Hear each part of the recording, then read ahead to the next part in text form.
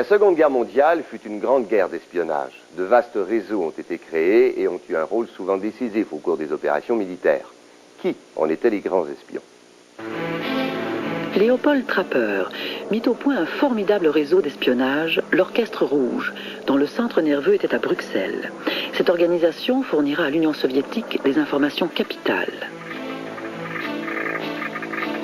Avant même la bataille de Koursk en Russie, qui va opposer 3000 chars allemands à 3000 chars russes, l'état-major soviétique, grâce à l'Orchestre Rouge, connaît le plan d'opération ennemi 48 heures avant que les généraux d'Hitler en prennent connaissance. Ce qui permettra aux Russes de remporter la victoire la plus décisive du front de l'Est.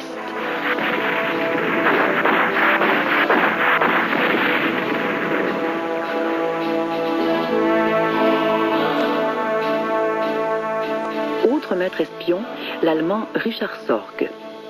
Agent secret de l'armée rouge, il parvient à obtenir sa carte du parti nazi et se fait envoyer comme journaliste au Japon où il crée un réseau redoutable. Grâce aux confidences de l'ambassadeur d'Allemagne, dont il a capté la confiance, Sorge réussira à communiquer à Staline, un mois à l'avance, le plan Barbarossa, autrement dit, le plan d'invasion de l'Union soviétique. Faute de s'être fié à Sorge, les Russes frôleront le désastre en juin 1941.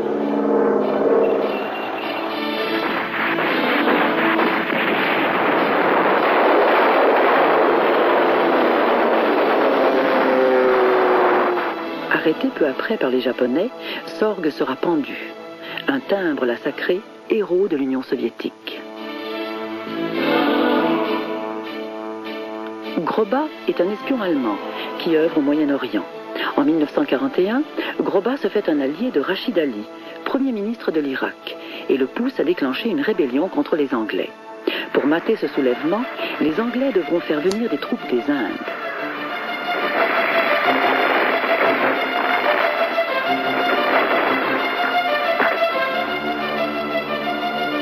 Dans la France et la Belgique occupées, les réseaux de résistance contribueront à la victoire alliée. On parachute aux opérateurs radio clandestins des émetteurs élémentaires mais robustes. Grâce à ceux-ci, ils achemineront vers Londres des milliers d'informations. Les émissions étaient brèves, car dans les villes, elles brouillaient les ondes des postes radio de particuliers et certains allaient se plaindre aux Allemands. Ceux-ci pouvaient, avec des radios spéciales, repérer la station émettrice. La fin de la guerre ne ralentit en rien l'activité des services secrets. Très vite, les rapports entre Moscou et Washington tournent au vinaigre.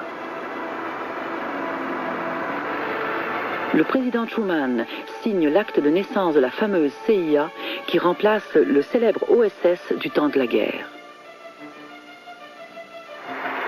De son côté, Staline dote l'Union soviétique d'une organisation toute puissante et tentaculaire baptisée MVD, qui deviendra plus tard le KGB, pour qui travaillent aussi tous les services des pays de l'Est.